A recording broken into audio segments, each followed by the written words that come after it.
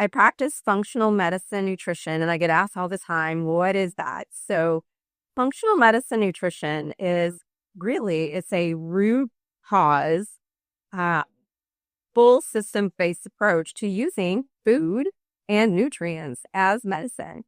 And it's very different than, you would say like our standard conventional medical system where we use medications to address symptoms and to manage symptoms, basically. So when I say manage symptoms, for example, someone has high blood pressure. And so, for high blood pressure, we give them a medication. And that medication will manage the high blood pressure, right? So it'll keep it under control, but it's not fixing the root cause of the problem. If you stopped using that high blood pressure medication, your high blood pressure would come back, right? And so we see a lot of people that come to me that they're ready for a different approach. They are tired of taking medications with no end in sight. And usually medications lead to other issues, other problems. Something that is really not talked about is most medications lead to nutrient depletions. And we're going to talk about today how your body runs on nutrients and just how it's all connected. But it's a very different approach. And I am excited to talk to you guys today about lifestyle, habits, things that what I call high performers, one in this room, we are busy. We have deadlines, probably lots of responsibility, a high workload, go, go, go mode. And so there is so much that we can do to support our body. I always tell people, I don't have time for my body not to keep up. I got too many things to do. And I'm sure you guys can all probably relate to that. And so, there's so much that we can do. And the things that I'm going to share today, I'm going to tell you, most of them aren't going to cost you anything. So there are so many daily habits that you can implement. And so we're going to go through those today. I'm going to share a lot of this that you're going to be able to take away and use. So let's see. Okay. Why am I so tired? And anybody relate to that? I mean, that is the number one complaint that I hear from people. I am exhausted. I am fatigued. I need more energy. And if that's you, you're in the right place because we're going to talk about that today. So let me tell you, every function in your body requires energy, like cellular energy at work. You probably don't think about it, but just sitting there today, blinking, thinking, heart beating, that all takes energy. Like your body is using energy to keep all that working.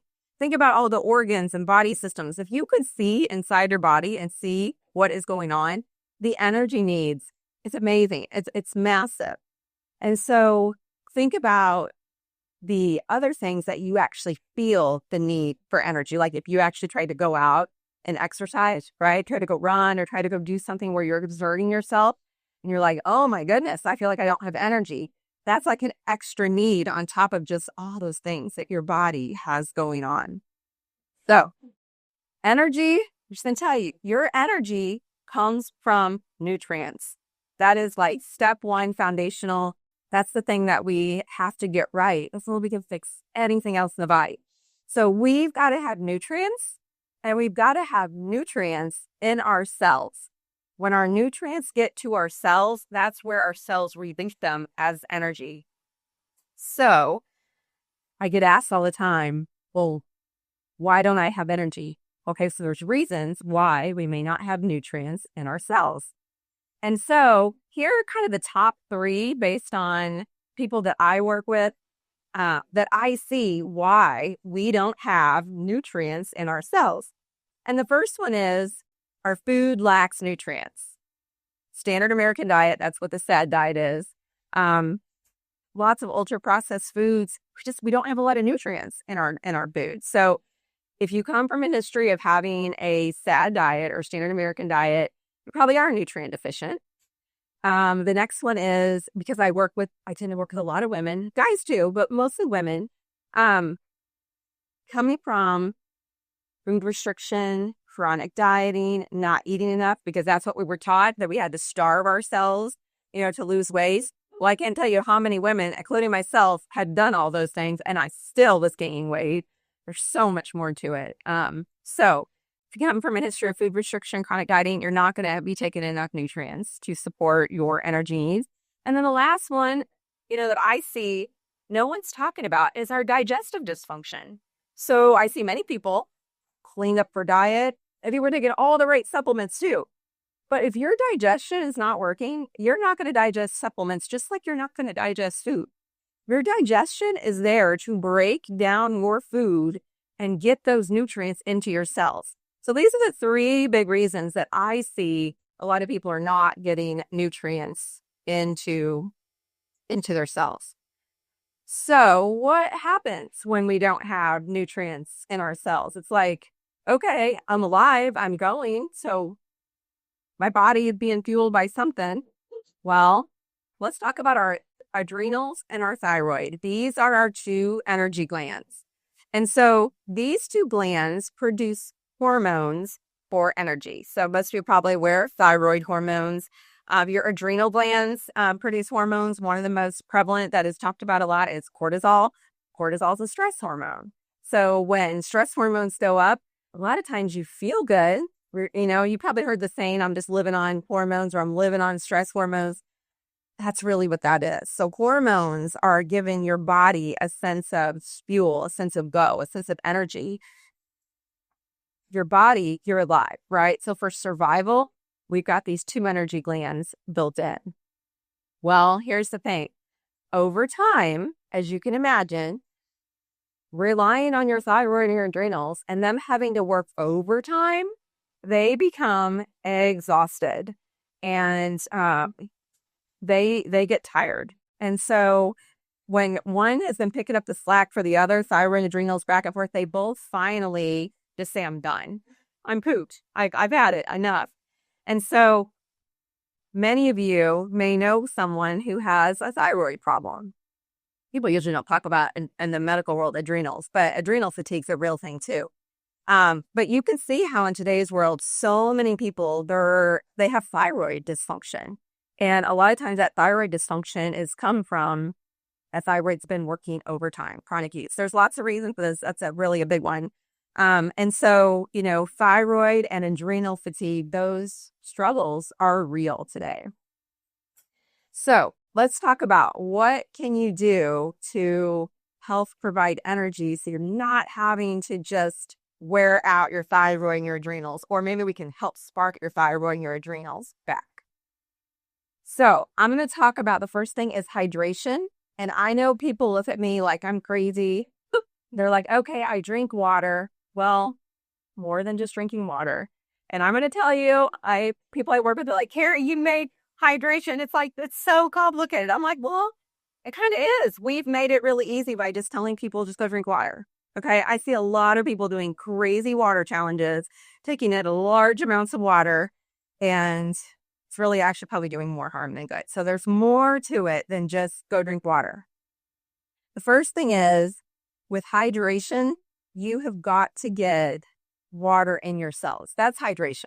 Water in your cells, and it sticks. Okay. If your water isn't stick, it goes in and comes right out the other end. You're not hydrated. If we don't have water in our cells, getting those nutrients there, you're going to struggle, and you're not going to have energy. Our cells have to have water in order to be able to use those nutrients. So, water, there's a lot to it. Not all water is created equal. It's I always say, it's an area of toxic exposure that we really take for granted because we can't see what is in it. But tap water is exposed to a lot of pesticides, fertilizers, radiation, metals, all these chemicals, drug residue. Tap water can be one of those areas that, again, most people are not thinking about because you can't see it. And I'll just tell you, I don't know if anybody keeps up with City of Columbia. They've been in a lot of trouble over the years for not doing all the right water testing and things. So I always advise people, no matter where you're at, you want to make sure that you got quality water. So let me just tell you what I mean by quality water. So the best kind of water is coming up out of a spring, right? Coming up out of a spring, falling out over those rocks, and it's grabbing all those salt crystals over the rocks. And those salt crystals are full of minerals. So mineral-rich water is what we need in order to absorb it. That would be like best case. But I don't know about you, but I don't sit on top of a spring. My water coming from my tap is not coming out of a spring. If I am traveling, I will tell you when I get asked like what to pick. So if you're on the go and you only have one source of like water to pick from, I always look for a spring water. Assuming a spring water has been untouched, it's, nature, and assuming the spring's not polluted, there's a whole nother discussion there, but spring water would be the best. When you see things like enhanced, I don't know what they're enhancing it with. What are they putting in there? Purified, filtered, again, unless they tell you what has been done to it. A lot of times there's lots of clever marketing to make it sound good. So I always go for spring water. For your home. So I know a lot of people I work with say, oh, my refrigerator's got a filter. Well, I hate to break the news to you that refrigerators are not in the business of filtering water, like making water filters. So look at your refrigerator filter. I could be a liar. I have not seen one yet, but when people go and look into their refrigerator filters, their filters usually just say something generic like filters pollutants, like, filters out sediments or something. It's very, very generic. The best kind of water filters, if you're looking for some kind of filtration, the companies that are doing it right, they understand the different particle sizes of heavy metals like aluminum and mercury and lead. They understand the particle sizes of pesticides and chemicals and fluoride, all the things. And they build their filter to filter those things out. So the best companies, if you're looking for a filter, will list out exactly what their filter is filtering. So if you just see a generic like filters chemicals, filters pollutants, filter, I would probably bet that that's probably not the best out there. So if you're looking for a filter, that would be my recommendation. All right. So I talked about the quality. The next thing is, I talked about minerals, and that's what spring water has from those salt crystals. So in order to absorb water, we need salt. And not just any kind of salt, sea salt, the kind found in nature. So sea salt contains over 70 trace minerals. So it's not just sodium, unlike the wrong kind of salt that I'm going to talk about in a minute. We need sea salt because it's going to help us get hydrated. It's going to help send that water to our cells. And specifically, sodium helps send water to the cell, and then the potassium helps it stick, helps it hold. Speaking of adrenals, and I talked about adrenal fatigue and your other energy gland, your adrenals are sodium lovers, okay? So if I work with a lot of people that are in adrenal fatigue, salt, sea salt, the right bit of salt, real salt has become their best friend because your adrenals love salt.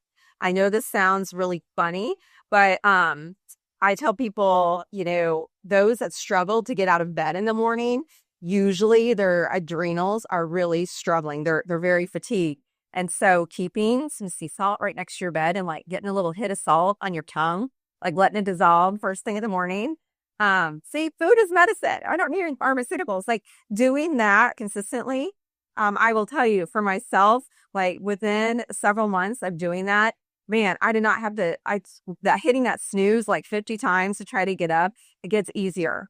And so usually again, if you struggle to get out of bed in the morning, that's probably a sign your adrenals really need some support. So salt, salt, salt.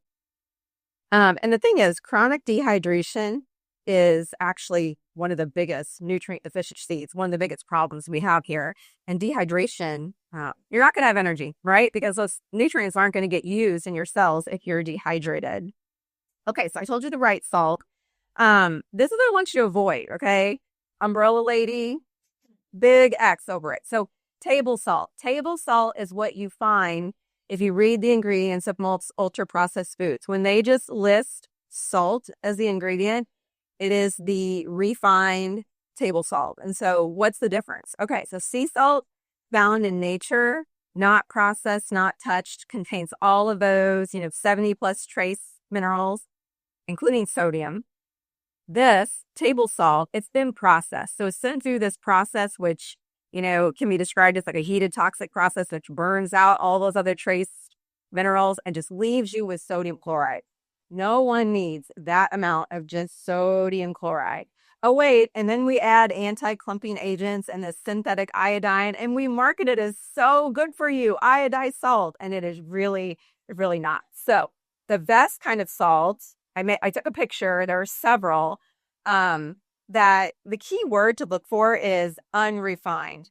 So when you're looking for salts, if they're doing it right, these companies will list that they're unrefined, meaning they haven't been. So if it's refined, it's been through a process to refine it. Unrefined means natural state. So it's going to have all of the nutrients in it. So what do I want you to do? Well, I want you to eat salt. That's one of those daily habits. So put a pinch in your water, sprinkle it on your food, take a hit first thing in the morning, however you get your salt in. So this is a critical nutrient. And as I test people, man, our sodium levels, well, just all mineral levels in general, but especially the sodium, most of us, because we've been scared of it, we've been told to avoid it, or we haven't been explained the right kind that is an essential nutrient for our body. For people with hypertension, that shake or salt, it's salt. Okay.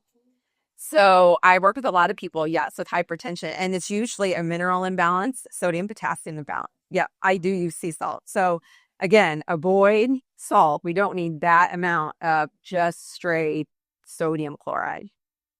Great question. Yep.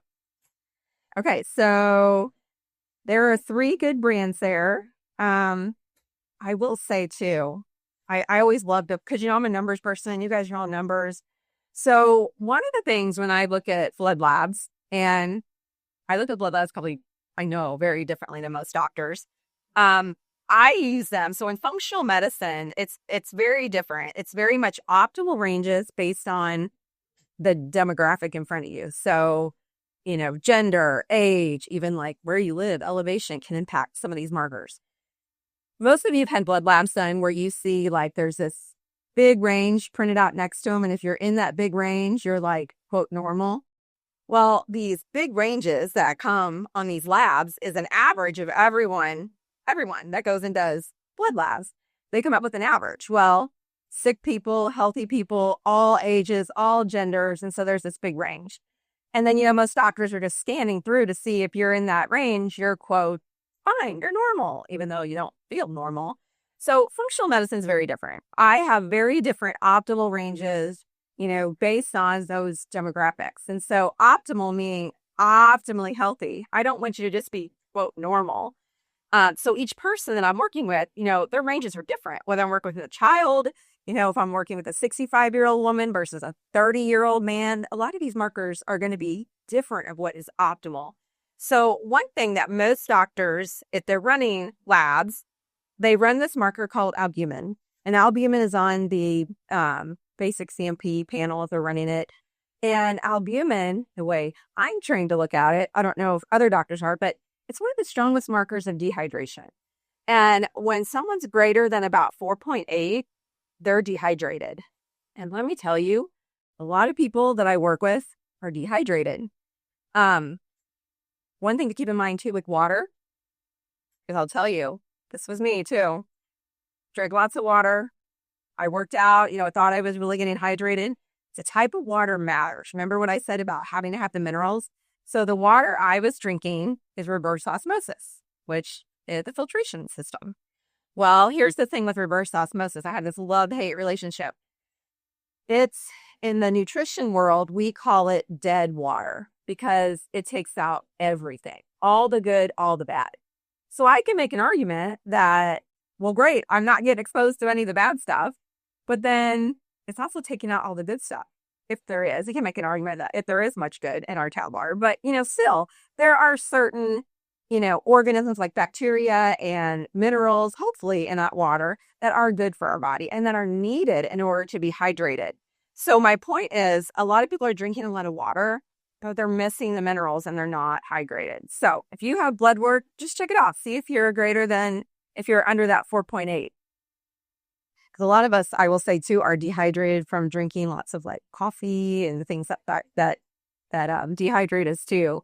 And we're just not taking in enough water with minerals to make up for it.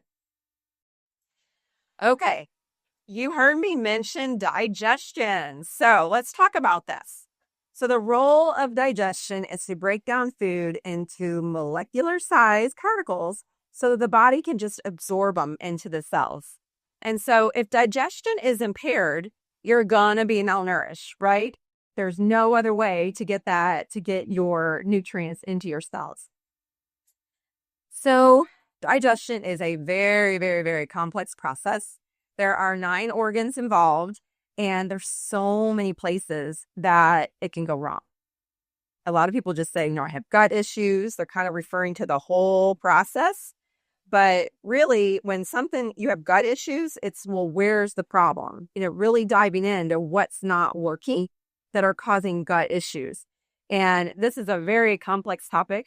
I could do a deep dive and talk all day on just digestion and all the things.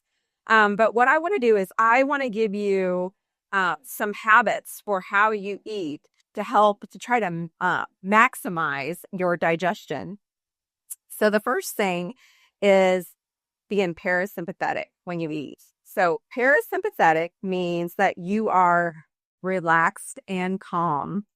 So compare this to sympathetic. Sympathetic would mean that you're more, you're stimulated, you're distracted, you're stressed, like fight or flight. You're not relaxed. And so I think about, and I see it now, and this was definitely a hard one for me, but how many times are we eating on the go? I'm standing up, just grabbing food because I'm making food for everybody else, or eating in my car because I don't have any other time to eat. It's hard for the body to digest because we have to be in a relaxed mode. So they say rest to digest. Here's what happens. If your body is not recognizing the food in front of you, so eyes are seeing it, smelling it, whatever, the brain is triggered that, hey, digestion's coming. That sends a signal to your mouth to start making saliva. Your mouth is the first place then that you really start digesting food. So if you're not making saliva and the right amount of saliva, because your body is not in a parasympathetic state to recognize it and for it to happen, that's one of the first places that digestion is not gonna happen right. So being on the go, standing, screens. That's the other thing, right? How many times are we like scrolling or we got a big TV in front of us? We're not really paying attention. So best habit to try to be parasympathetic, sit down, take a few breaths. Some people say grace, whatever it is to like switch your brain over to, hey, I'm eating, relax, like we're going to eat. Other habits.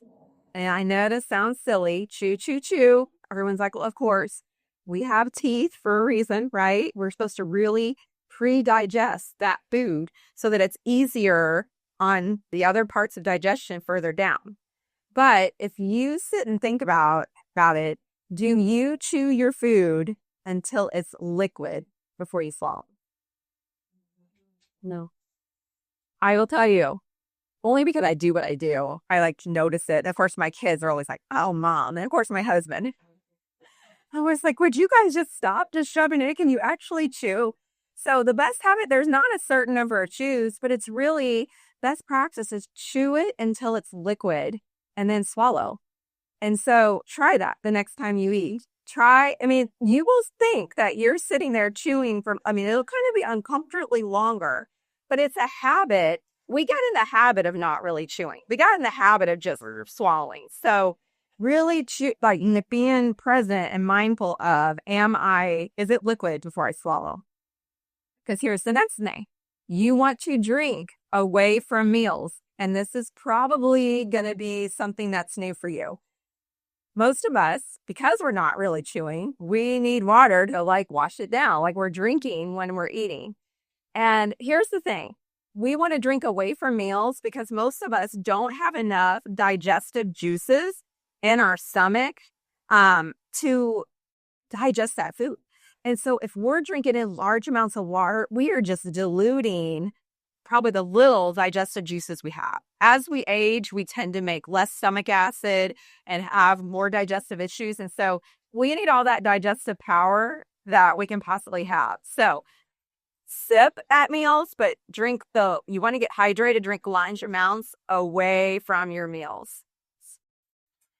Lastly, 12 hours overnight fasting or rest. Okay, so I'm not doing this for any other reason other than rest to digest. Your body goes into repair mode when you rest. And so think about tonight, like look at the clock the last time you eat and think 12 hours. Okay.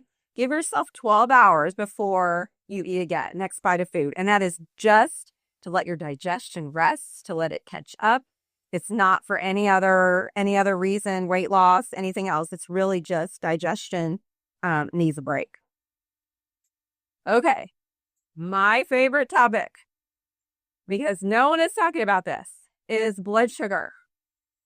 And I'm going to tell you, this one is so important. And I'll give you other pieces of why as I get into this. But blood sugar is more than just diabetics and people eating a lot of sugar. Okay, so our blood sugar and having a proper balance of blood sugar is one of the body's top priorities. So I want you to catch that top priority.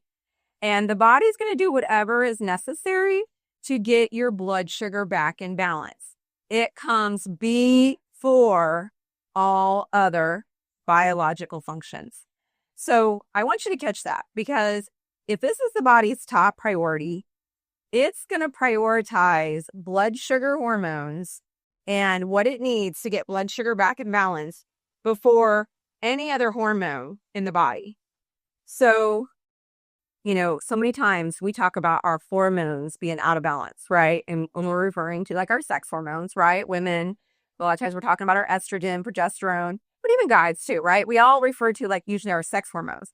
We have lots of other hormones in the body, right? Blood sugar hormones, digestive hormones. There's lots of hormones, not just our sex hormones. But I want to point this out because when you have sex hormonal imbalance, let's go back to what is the body prioritizing first. If there are sex hormone imbalances, I can almost guarantee you there are blood sugar imbalances, because the body is not going to prioritize anything else until it gets its blood sugar right, blood sugar hormones right. And so I want to talk about blood sugar because this is so important, especially as we age. And I'm going to look at mostly the ladies in here, guys too. But ladies, as we start losing our sex hormones as we age, we can't stop that, right? This is going to happen. Guys too, our sex hormones are going to decline. But as we lose our sex hormones, we become more insulin resistant, which means diabetic, pre-diabetic, diabetes. This is something that I wish more people were talking about. Our sex hormones actually helped us stay insulin sensitive. So many women and guys, as they age, are becoming pre-diabetic, diabetic. And I see so many women in that stage of life that I call perimenopause at 35 to 50 and even beyond that are like, oh my gosh, I'm pre-diabetic, or oh my gosh, I'm diabetic. There are a lot of factors that lead to that. We're going to talk about blood sugar, but just also know what you have going on too with your biology that is also affecting that, is that, your sex hormones are declining. And specifically when estrogen starts going down, we do become a little more insulin resistant. So it's so important as we age that we get our blood sugar balanced. So let's talk about it, because I'm not going to take for granted that everyone just understands what blood sugar is. So I like graphs. Hopefully you can see this. So blood sugar, and let me just say, there are so many factors that affect blood sugar. Like you heard me just talking about decline of sex hormones, but it's not just sugar and overeating sugar. That's like the obvious. But there are so many factors like caffeine, stress, sleep, exercise that also affect blood sugar. Okay. I'm going to talk about food, because food is like the one thing that we do all day long, several times a day. And that is one of the first places I start with. Just know to work on blood sugar, there are more pieces to it than just food. But let me explain food, because I want to give you some best practices around habits for food to help with blood sugar. So you'll see on this graph, there are that big orange in the middle that says normal blood sugar levels. So there is like a normal, quote, normal range of what happens with blood sugar during the day. So when you eat, every time you eat, there is a blood sugar response. Okay. So depending on what you eat, depends on what that response looks like.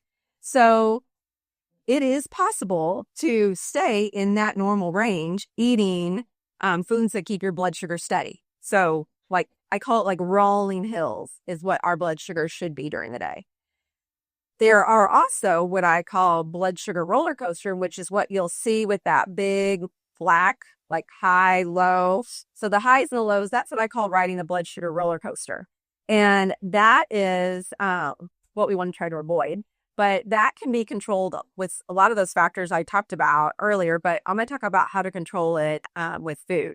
Usually we ride the blood sugar roller coaster because our food, our meals are too heavy on the carb side and we don't have enough protein, fat. And so our macronutrients are out of balance.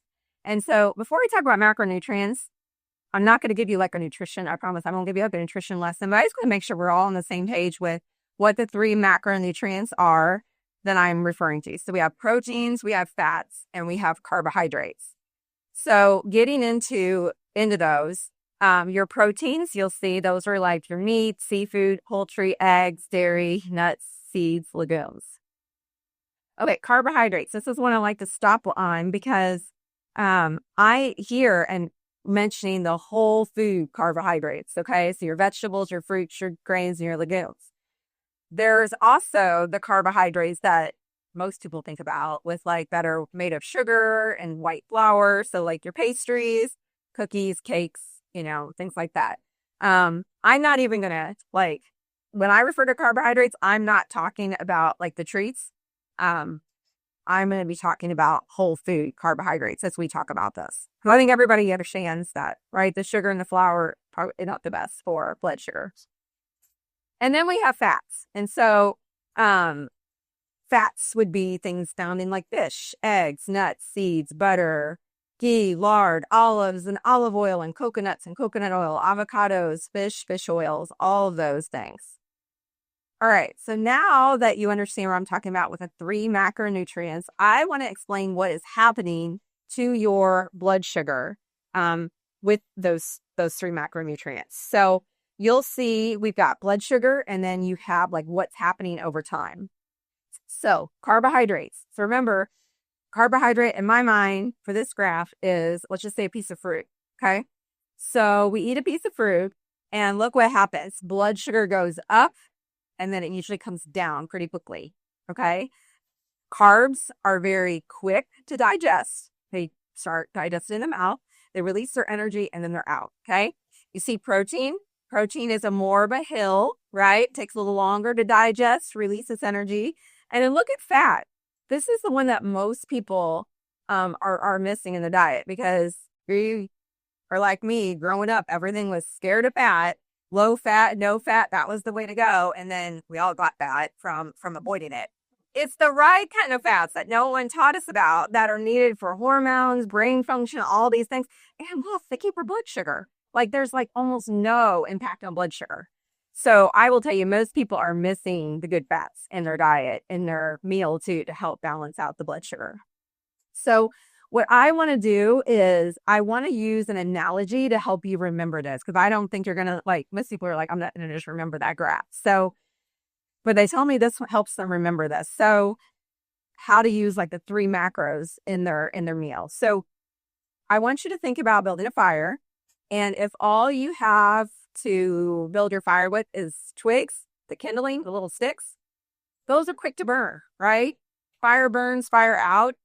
So think about that as your carbohydrates. If all you have are carbohydrates, then you're going to eat the carbs and you have energy, boom, and then it's going to be out, right? So fire and then fire's out. So energy, quick energy, but then it's out and you're going to need more. So if all you're doing is eating a lot of carbs, you're going to be feeding that fire all day, right? Kind of like the kindling, you're going to feed the fire to keep it going. You're going to have to be eating carbs all day long to keep your energy up. So then we have the logs, right? If you put a big log on the fire, I mean, you guys know what happens, right? It's going to slowly burn. slowly release its energy, like keep the fire going. And you can walk away and you don't have to man it. So that's really what protein and fat is in your diet. It is slower to digest because it starts digesting down your stomach, whereas your carbs start digesting in your mouth. So it takes longer to digest and it's harder to digest. So it's slower to release that energy. And so when you think about it, I tell people I am not anti-carb. We need all three in our diet. And each person's a little bit different on how much they need, but it's the amount of protein, fat, and carb in that meal. We want to have a well-balanced meal. And here's the thing. So timing of what you eat first it matters for blood sugar. You really don't want to start your meal with the carbohydrate. So think about it's all wrong. When we go out to a restaurant, what do they bring you? Bread on your table. It's like, okay, we eat bread. Woo! Blood sugar straight up. Like it's so wrong for how our bodies are working. So if you have a plate in front of you, you really want to go for that protein first and then go for, like, if there's some fruit there, go for the fruit last, right? So don't avoid it, but just think about timing because you want to get that protein and fat in there, slow to break down, slow to start absorbing, and then we bring in the carbs to try to minimize that blood sugar impact that you're going to have. The other thing is when you have cravings, which I don't know who doesn't have cravings, but if you don't, I'm like, that's awesome. But most people have cravings for sugar or caffeine. And when you have cravings, that is your body giving you a sign that it needs energy. Because if you think about it, sugar, caffeine, quick energy, right? It like perks you up. And so when your body is like, oh my gosh, I need energy and I need it quick, you get that in the form of craving for sugar and or caffeine, because that's like quick fuel. Body sees it as quick pick me up. So daily habits. I mean, kind of summarize some of the things we talked about. Start your day with protein. Super, super important. We haven't even talked about, I could talk all day about the whole dawn effect, the rising effect, eating sun up to sundown. Your body is on a clock with the sun, or it should be. A lot of times it gets off. But when the sun rises, our cortisol tends to go up because that wakes us up. It's the whole dawn effect, the rising effect. So when cortisol goes up, our blood sugar goes up. We tend to have higher blood sugar levels in the morning.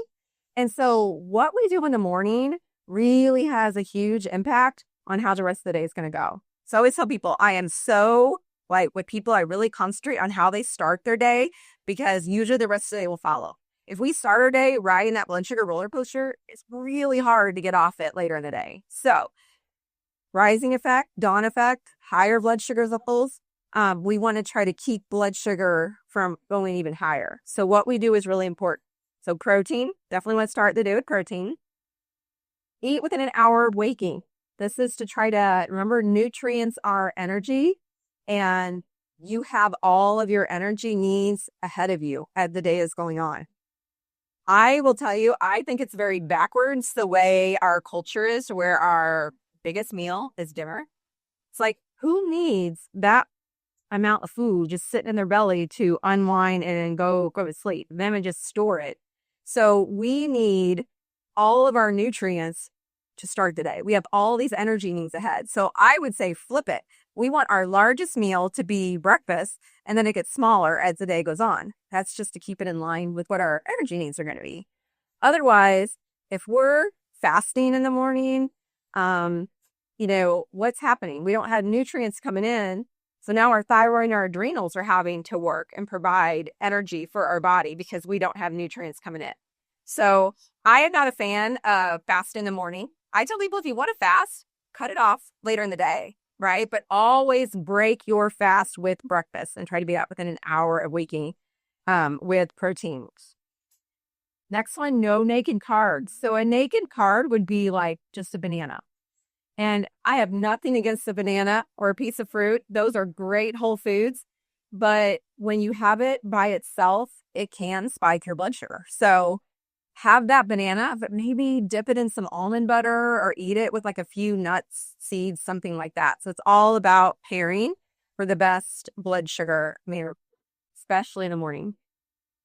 I'm not taking anyone's coffee away, okay? But caffeine after food, not before. I know you guys are all probably like, what? Um, Coffee is breakfast or coffee is what I do as I wake up.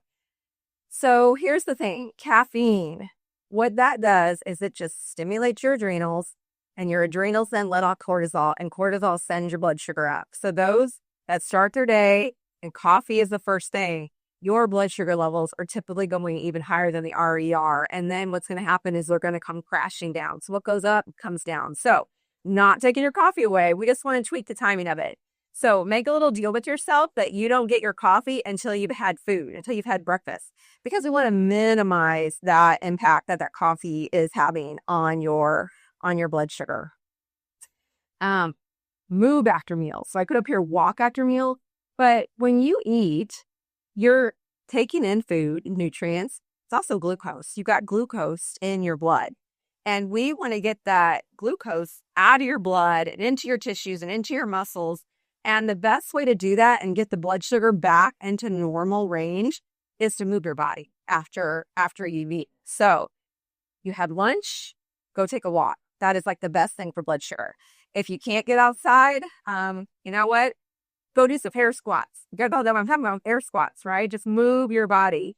I have one client that she always tells me, I go straight, I'm around people. So after I eat, I go to the bathroom and I'm in a bathroom stall and I'm doing my air squats. I'm just trying to move. So movement after meals is definitely going to be one of those best practices for blood sugar.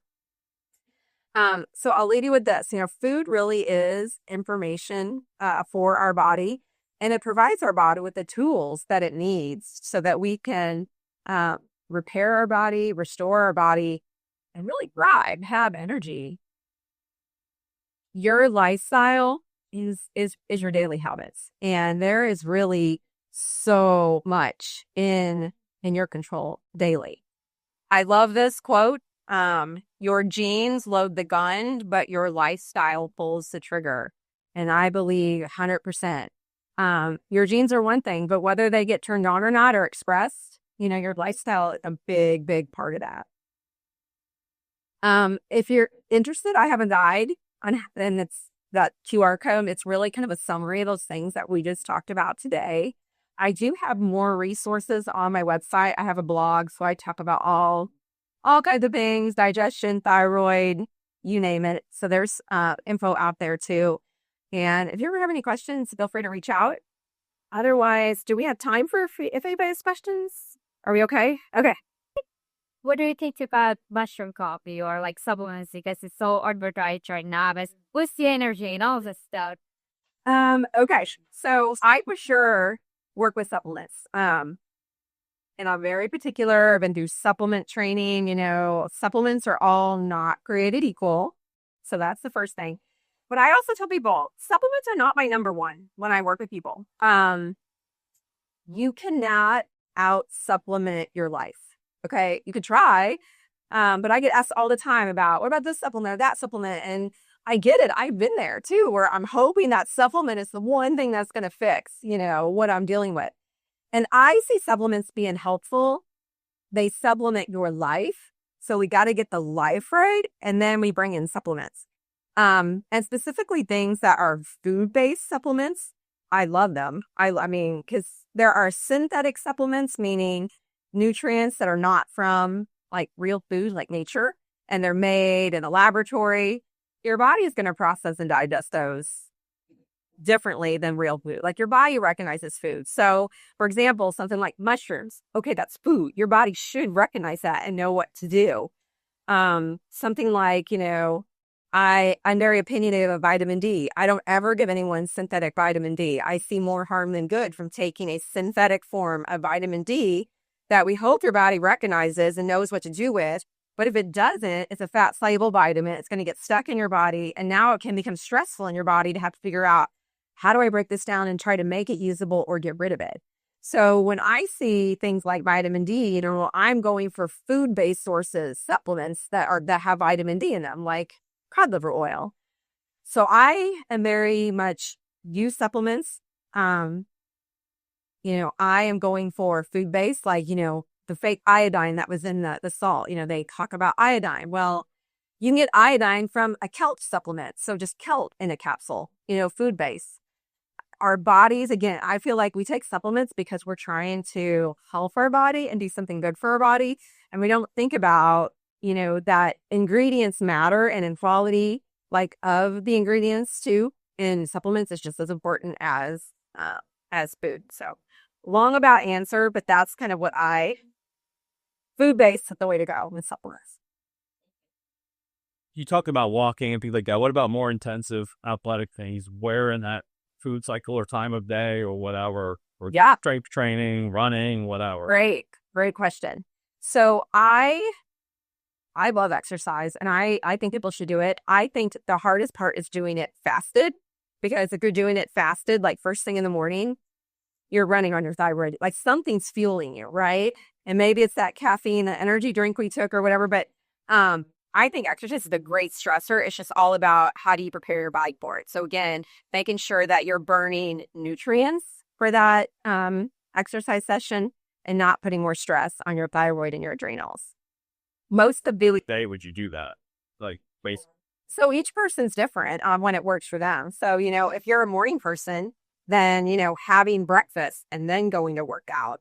Or if it's like lunchtime, or I'm an afternoon person, eating and then working out. I generally, because I work with mostly women, and I will tell you most studies are done on men, but a lot of the fasting studies, all done on men. It's usually for women anyway. Doing fasted workouts are really just not in line with our physiology or biology. So I really advise women against that. And usually for most of the men that I work with too, again, I'm working with men that they know there's something, right? I feel depleted, something's off. And so when I'm working with people, they know their nutrient levels are off. They know something's off. And so we're trying to build them back. We're trying to make them more resilient. And so to do that, these habits that I'm giving are to build your body back up, not to deplete you more. And so that's why I say, doing something after eating. But, we do have people that are very, athletes that their bodies are very built up and they're resilient and they're used to those extremes and they can handle that. That's just usually not people I'm working with. And so that's where I'm giving habits that make sense for most people. They happen to give blood tests for nutrients. Yeah. So I do lots of different functional testing to understand nutrient levels. And your body runs on nutrients. If I always tell people, it's really step one. I can do lots of digestive testing and fixing digestion and fixing all the things, but your body runs on nutrients. And so we can't really jump to step 10 without getting step 1 right. It's kind of like going to build a house. You got to pour the foundation. You just start slapping up walls. Like you're not going to be have a very sturdy building. It's the same thing in the body. Your body, minerals, nutrients, it sparks everything. So everything in your body, your digestive process, your organs, everything runs on nutrients. And so we've got to test nutrients first, understand where your imbalances are, and then get that built up, right? So that we can fix, if there are other things. A lot of times fixing nutrients can fix a lot, because if your nutrients are right, it fires up and your digestive system starts working right. So everybody's a little different, but I for sure do testing of nutrient levels first. So connected to migraines, you start to. Yeah, I will tell you, I haven't found any symptoms that are not related to imbalances in the body. Maybe I can tell you that almost everything relates back to a nutrient deficiency.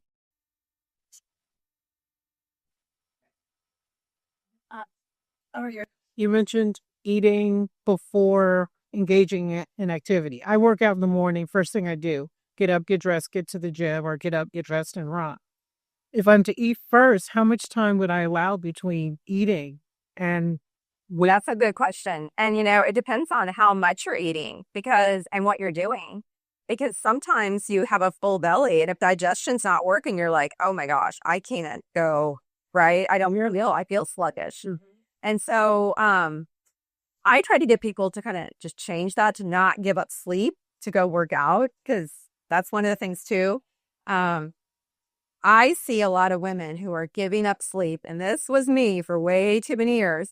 That 5 a.m. workout was the only time I thought I could do it. And I don't know that that was helping me. In fact, I would tell you that was probably keeping me stuck and not helping me move forward. It was depleting me even more. So I tell people, don't give up sleep to go exercise. In fact, I'm the one having most women, I would tell them, I know this sounds crazy, stop the exercise for now, or the type of exercise, and let's get past the chronic issues. Let's get like your body heal.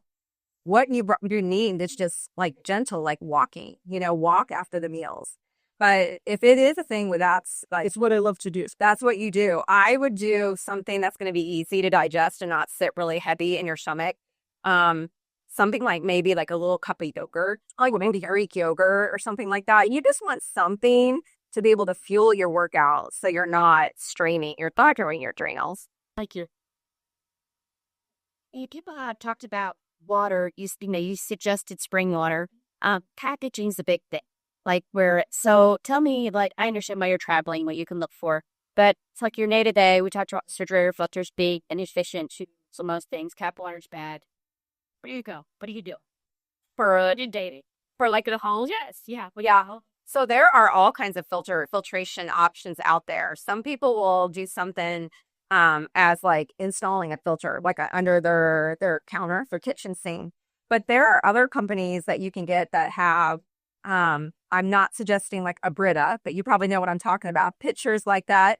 Britas, you guys can look it up. They don't necessarily say they filter out all the things. I'll just tell you that. But there are companies like that where they have pitchers, like countertop pitchers. There is, I'm trying to think of the name of it. There's even like a water bottle type where like it's your water bottle, but it has a filter in it that I recommend for people like take it to work when tap water is the only option at work, or kids take to school when like school only has tap water so that it filters their water in their water bottle. So there are other options out there. It's just a matter of finding the companies that are doing it right. Is Wastrel? Nextral? For His water bottle filters. I almost think it's Epic is the name. There's probably different ones, but I know one called Epic. So when you look it up, again, same thing. You want to see them list out all the things and not just generic, we filter out pollutants or hot sensor. Else? In my time.